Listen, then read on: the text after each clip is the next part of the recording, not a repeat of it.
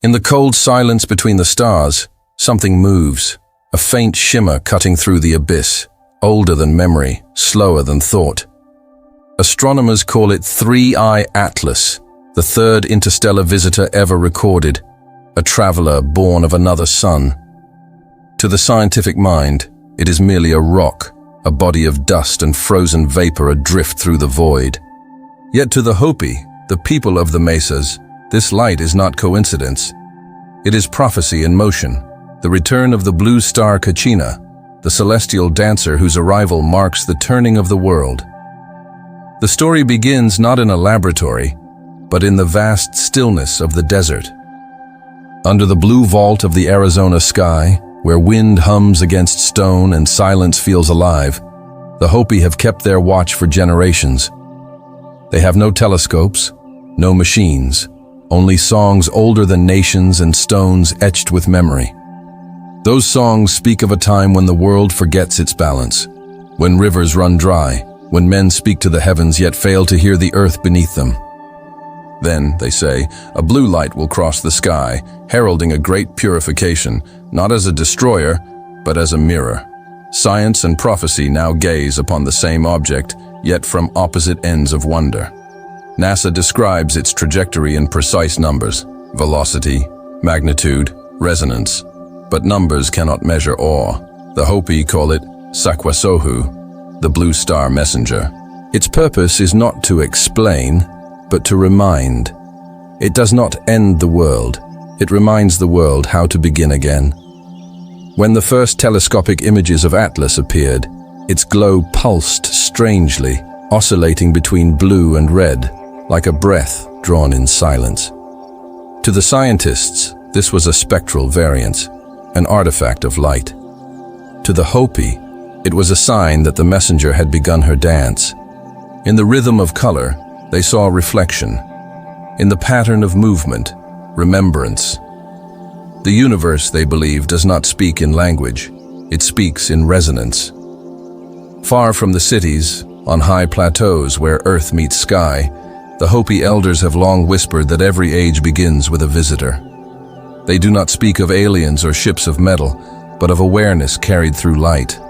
Each world, they say, ends when humanity forgets its sacred song. Each begins when that song is remembered again. The blue star returns not to punish, but to awaken, to remind humankind that creation is not a distant act, but a living rhythm in which all are participants. For countless generations, they have watched the heavens for this sign. The last time, the skies burned with fire. Before that, they froze. Before that, they drowned. Yet always, some part of humanity endured, not because they conquered, but because they remembered. Those who lived in balance crossed the threshold into the next world. Those who forgot turned to dust and story.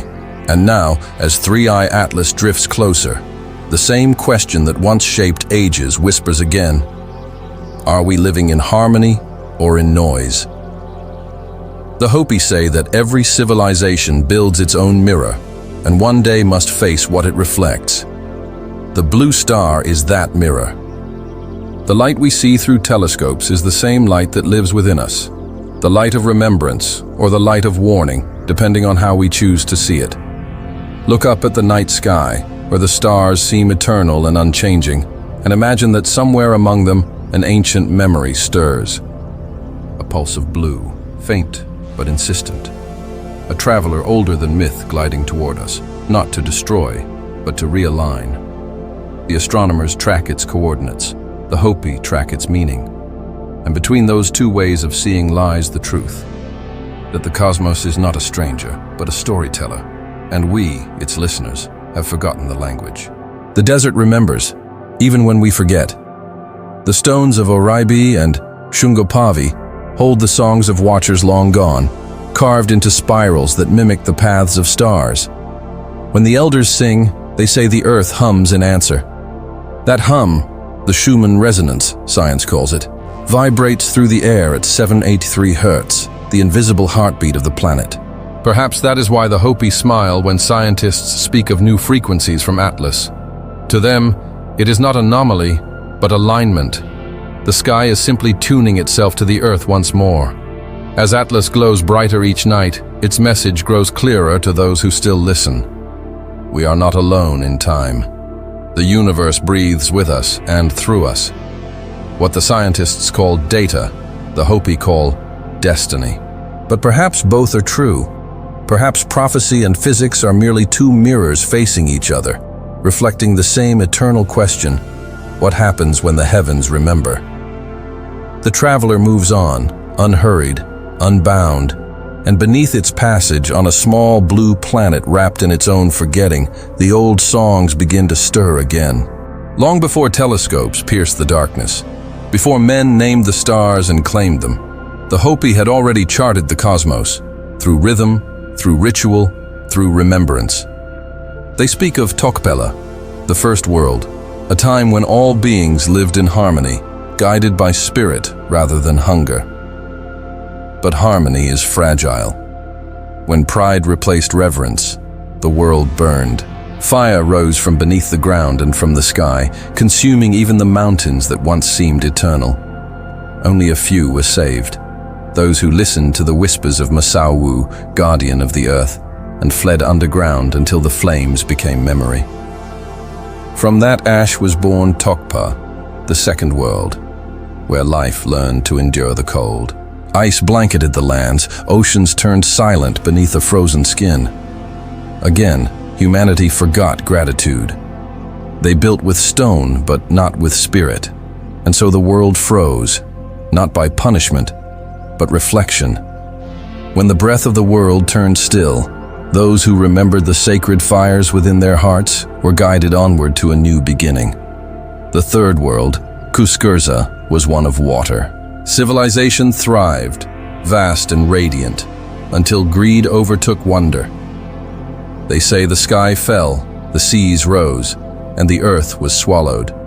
Only those who walked in balance, guided by the Spider Woman and the Star Brothers, were lifted to safety. In Hopi telling, this was not myth, it was memory, an ancestral archive etched into ceremony and stone. And now, they say, we live in Tuakatsi, the fourth world. It is both a gift and a warning. A world of great knowing and great forgetting. We have learned to speak to the stars through machines, yet we no longer hear the wind speak our name. We build towers of glass that touch the clouds, but our roots wither beneath the soil. The Hopi say the fourth world is the child of both memory and amnesia, a world teetering between remembrance and ruin. In the quiet of their mesas, the elders speak softly, not of apocalypse, but of correction. Each world ends not by anger, but by imbalance. The earth is a teacher, one elder said. When her children forget her song, she sings louder. And so, the great purifications come, not to destroy, but to restore harmony. Fire cleanses, ice humbles, water renews. The Hopi see in these elements not vengeance but rhythm, the breathing of the planet itself. Today, the signs return, familiar yet unseen by modern eyes. The rivers no longer sing. The air glows with metal birds that scar the sky. The soil trembles as though remembering. And far above, a new light crosses the heavens, blue and steady. To most, it is data, a passing comet, another entry in the catalogue of celestial motion. But to those who still remember, it is the echo of the old cycle awakening, the moment before the world begins to correct its course. In the old songs, the Hopi describe this age as the time of noise, a time when humanity builds machines to mimic the voice of creation, forgetting that the true language of the world is silence. They say that when the noise grows too great, the earth retreats into herself, cleansing through chaos so that stillness may be reborn. Every drought, every storm, every tremor is the earth adjusting her rhythm, tuning herself back to balance. And perhaps the same can be said of us, for the Hopi do not separate humanity from the planet. We are not her masters, but her reflection. When we rage, she trembles. When we forget, she grows still. The cycles of destruction are not external, they begin within. That is the hidden meaning of the four worlds. Not four histories, but four mirrors. Fire is arrogance, ice is indifference, flood is excess, and the fourth world, our world, is the test of remembrance. Among the mesas, the sky at dusk turns amber, and the elders lift their faces to the fading light. The fifth is coming, they whisper. Not as a punishment, but as a passage. The fifth world, they say, will be born not from invention, but from humility. Its doorway opens only when the heart aligns with the earth's heartbeat. And so, the stories endure, etched into sandstone, sung in cornmeal, told to children beneath stars that seem eternal. The Hopi do not keep these prophecies to predict, they keep them to remember. For prophecy, to them, is not a glimpse of the future. It is the rhythm of existence itself. What has been will be again, not in repetition, but in resonance. Now, as Atlas glides through the darkness, its glow faintly blue, the pattern completes itself once more. The scientists calculate its orbit. The Hopi count its meaning. Between their two languages, something ancient hums, a conversation older than mathematics, older than myth. The world listens, though few can hear. The four worlds echo in the distance, and the fourth begins to tremble. Yet even in that trembling, the Hopi find hope. For every ending, they remind us, is only the earth remembering how to breathe. Night falls over the mesas, and the desert sky becomes a cathedral of light.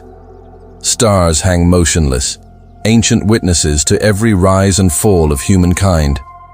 But one among them moves, slowly, deliberately, its faint glow pulsing in rhythm, blue to red, red to blue, like breath drawn by the cosmos itself. Through telescopes, scientists call it an anomaly. Through memory, the Hopi call it the Blue Star Kachina, the dancer of the heavens who will remove her mask when the world forgets its balance. In the Hopi way, dance is not performance. It is prayer in motion, a conversation between heaven and earth. Every gesture, every step, every breath carries meaning. When the Kachina dancers appear during sacred ceremonies, their masks represent the spirits who bridge the material and the divine. The elders say that when the last dancer, the Blue Star, removes her mask, the great purification begins. Not as punishment, but as revelation. The mask is not torn away, it is lifted, and beneath it, humanity sees itself reflected in the stars. Now that image has returned, not in myth, but in motion. The object 3I Atlas moves unlike any comet known to science. Its light shifts across the spectrum as though alive, responding to an unseen rhythm. When measured, its frequency hovers near 7.83 Hz, the same vibration that hums invisibly through the Earth's atmosphere, known to scientists as the Schumann resonance.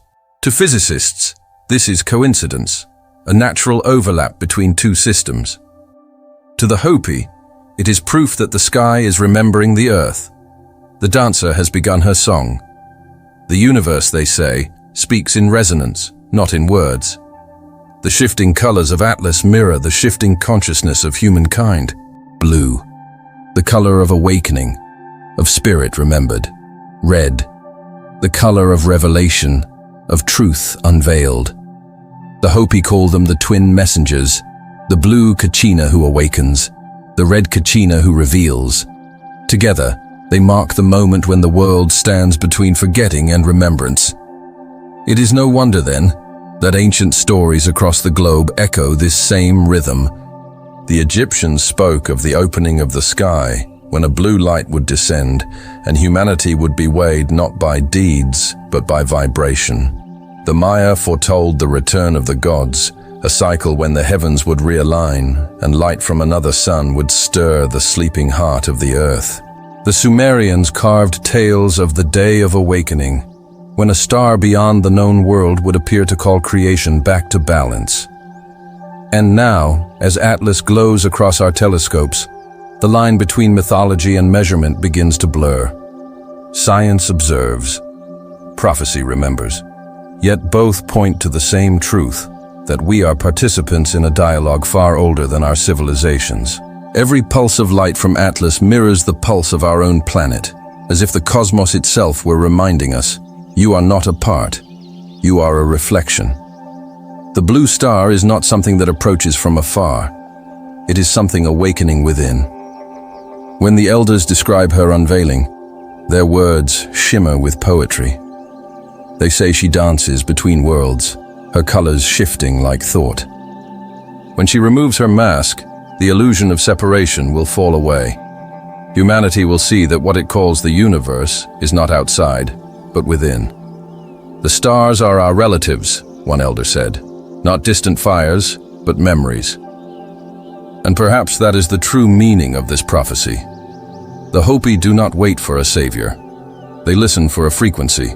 Salvation in their eyes is not arrival, it is remembrance. Every heart that beats in harmony with the earth becomes a vessel for that light. Every act of kindness, every moment of gratitude, becomes a dance in the great ceremony of renewal. Still, the blue star's unveiling is not gentle for all. For those who live in fear, its light feels like fire.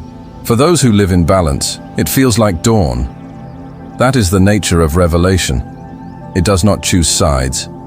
It reveals them. The Hopi say the light will show what is true and what cannot survive truth. Systems built on deception will collapse under their own weight. Only what resonates with harmony will endure. And so the mask begins to lift, not only in the heavens, but in the human spirit. The earth quivers, oceans stir, and within each person, the choice emerges, to cling to illusion or to awaken to connection. The blue star does not demand belief, it invites remembrance. Out there, in the dark gulf of the solar system, Atlas continues its path, steady and strange. Its shimmer is faint but insistent, like a whisper from the edge of time. Scientists log its data into machines. The Hopi etch its meaning into ceremony. Somewhere between those two, the universe smiles. Because perhaps the blue star is not a comet at all. Perhaps it is consciousness itself, arriving in the only form we would notice, a light among lights, ancient, familiar, asking softly but firmly, do you remember? The Hopi call it Nakwak, the great purification, a time when the earth cleanses herself not in fury but in rhythm. When the blue star begins her dance and the mask falls away, balance must be restored. Yet to understand this purification, one must first understand the heart of the earth, not as a planet of rock and fire, but as a living being whose heartbeat hums beneath our feet. Science calls it magnetic flux, shifting poles, climate feedback. The Hopi call it remembrance. They say the fourth world, the one we now inhabit, ends not through divine punishment, but through the forgetting of sacred law. That law is simple. Tuakatsi, life in harmony, to live in beauty with all things, to walk gently upon the land, to honor the breath that moves through stone and seed alike. When humanity strays from this path, the earth does not rage, she responds, and her response is fire, wind, water, and time. Look around, the signs are everywhere. Volcanoes awaken as if exhaling long-held memories. Forests burn not merely from heat, but from imbalance. Floods reclaim valleys that were once theirs, while drought grips the places where rivers used to sing. Storms gather with strange precision, tracing lines across oceans like the veins of a living body. Science calls this climate change. The Hopi call it correction, the earth adjusting her rhythm to match her own heartbeat once more. In this way, the purification is not destruction, it is transformation. Fire devours, yes, but it also renews. The Hopi have always known this truth. They burn the old corn husks before planting new seeds. They cleanse with smoke before ceremony. What burns returns to the soil richer than before. The same law governs worlds as it governs seasons. What is false must fall away for what is true to grow. The elders warn, however, that the purification will not be the same for all. Those who live in arrogance will experience it as suffering. Those who live in gratitude will experience it as rebirth. The earth does not punish, one elder said. She simply stops protecting.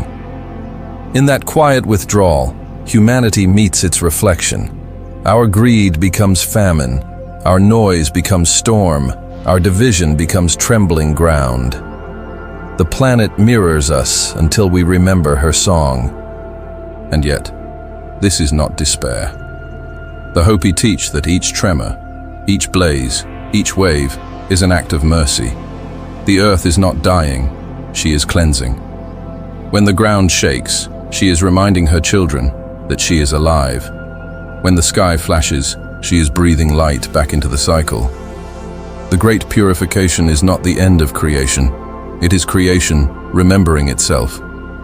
From the mesas of Arizona, the night horizon glows faintly blue. The blue star pulses as if in time with the Earth's resonance. 783 hertz, heartbeat to heartbeat. To the Hopi, this is not a coincidence. They say that when the Earth's heart and the star's light align, a veil thins, spirit and matter begin to remember their kinship. What science measures as electromagnetic harmony, prophecy calls awakening. In this shared vibration, something begins to stir in the human soul. Across the world, people feel it as unease, as urgency, as yearning for something nameless. Some call it anxiety, others call it spiritual awakening. The Hopi call it the first tremor of remembrance. When the world purifies, so too must the heart. The two are not separate, they move as one. That is why the elders say, when the earth shakes, pray not for calm, pray for balance. For the purification is not meant to destroy us, it is meant to strip away what we no longer need. Every structure built on deceit will fall. Every system that feeds on division will crumble. Not from wrath, but from resonance. They simply cannot hold the vibration of truth. In this age, America is often called the land of power, yet the Hopi call it the land of great forgetting. They warn that it will burn first, not as punishment, but as an example. The land that forgets the sacred will be the first to remember through fire. And so, wildfires rage across the west, floods reclaim the east, droughts devour the center. Each element acts as a teacher, not an enemy. To the Hopi, this is the moment of choice. The purification reveals two kinds of people, those who cling to the burning house and those who walk calmly through the smoke-carrying seeds. The difference between them is not strength, it is remembrance. One sees destruction, the other sees renewal. One curses the fire, the other kneels and plants. As the blue star brightens, her light washes over both equally. She judges no one, she simply illuminates. And in that illumination, all illusions are undone. The Hopi say that when the mask falls, truth will walk through fire unburned. It is not the world that ends, but the lie of separation. For too long, humanity has believed itself apart from the earth, superior to the sky, detached from the pulse that created it. The purification burns that illusion away. In the end, what remains is not ash, but clarity. The earth breathes, and we breathe with her. Every storm becomes a prayer, every tremor a teacher. The fire, the flood, the wind, all are instruments in the same song, tuning the world back to its original harmony. And if you listen closely, beneath the roar of the oceans and the crackle of the flames, you might hear it, the low hum of the planet, constant and patient, calling her children home. When the flames settle and the water recedes, silence follows. It is not the silence of death, but of breath held in anticipation, the stillness before dawn when the air itself seems to listen. The Hopi call this moment Tuakatsi, the crossing, the passage from the fourth world into the fifth. They say it is not marked by thunder or trumpets, but by remembrance. The fifth world does not descend from the heavens. It rises quietly from within. In the desert, after a storm, the soil smells like life beginning again. Tiny green shoots pierce the ash. The mesas shimmer under a sky washed clean. To the Hopi, this is how the new world will emerge, not through conquest, but through renewal. The elders whisper that the fifth world will be born through the awakening of the human heart, when we remember that consciousness is not human, it is cosmic. The same light that burns in the stars breathes within us. This, they say, is the true meaning of the Blue Star's prophecy. The messenger was never meant to bring destruction, only reflection. The light we see above is the same that glows inside every soul. When humanity looks upon that star and remembers its own radiance, the fifth world will begin. The Hopi call it the end of forgetting. In this world, science and spirit no longer stand apart. They dance. The microscope and the prayer share the same purpose, to see the sacred in all things. Technology, stripped of greed, becomes reverence. Knowledge becomes gratitude. Humanity, once obsessed with controlling nature, learns again to listen to her, to plant instead of extract, to give instead of consume. This is not utopia. It is balance restored. But the passage is not without choice. The elders tell of two suns that will rise, one of fear and one of awakening. Both will shine at once. The sun of fear burns with the illusion of control, of separation, of dominance. The sun of awakening glows with remembrance, humility, and grace. Every heart must decide which light to follow. Those who cling to the old world will find their steps heavy, bound by the gravity of forgetfulness. Those who remember will rise effortlessly into the frequency of the new. In this fifth world, time itself begins to soften. The veil between life and spirit thins. Dreams carry messages, synchronicities multiply, and memory no longer belongs to the past. It becomes a language of light. The Hopi say that when this world dawns, humanity will no longer call itself separate from creation, for it will remember that it was never apart to begin with. The Creator and the created, the star and the soul, the earth and the breath, all reflections of one infinite rhythm. Perhaps this is why, as Atlas draws nearer to the sun, its reflection brightens, casting a faint blue shimmer across the sky. To astronomers, it is a celestial event. To the Hopi, it is remembrance made visible, the sky itself recalling its origin. The light does not warn, it invites. It says, "Do not fear the light, become it." The elders remind their children that prophecy is not prediction. It is preparation. It is the Earth's way of teaching us how to listen before it is too late. What the scientists call resonance, the Hopi call prayer. What the theologians call revelation, they call memory. The purpose is the same, to awaken. And so the fifth world is not a place to wait for, but a frequency to join. Every act of kindness is a doorway. Every breath of gratitude, a bridge. Every truth spoken gently, a seed planted in the soil of the new world. The Hopi say that those who walk in beauty will carry the memory of the earth into the next cycle. Those who walk in fear will fade like echoes of the old one. Yet even that fading is not judgment. It is simply vibration finding its match. Imagine the dawn of that world, the air shimmering faintly blue, not from fire, but from peace. The hum of the planet steady and clear, like a note long forgotten returning to tune. People no longer shouting over one another, but listening to the wind, to the river, to the quiet pulse beneath their own ribs. A civilization that builds not for dominion, but for continuity. The Hopi say that when this remembering completes, the earth will exhale and silence will follow. Not the silence of absence, but of balance. The silence of a world at peace with itself. That silence will not be empty. It will hum softly with the resonance of 783 Hertz, the same tone that has always bound earth and sky, matter and spirit. Scientists will call it the Schumann resonance. The Hopi will smile and call it the voice of the earth. Perhaps that is what the Blue Star has come to remind us, that we were never separate from creation, that every storm and every light is part of the same vast remembering. The end of the world was never the end at all. It was the end of forgetting.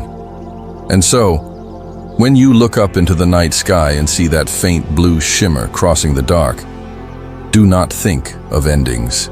Think of beginnings written in starlight. Because what approaches is not a warning, it is an invitation. The sky is speaking again. The fifth world is not coming, it is remembering.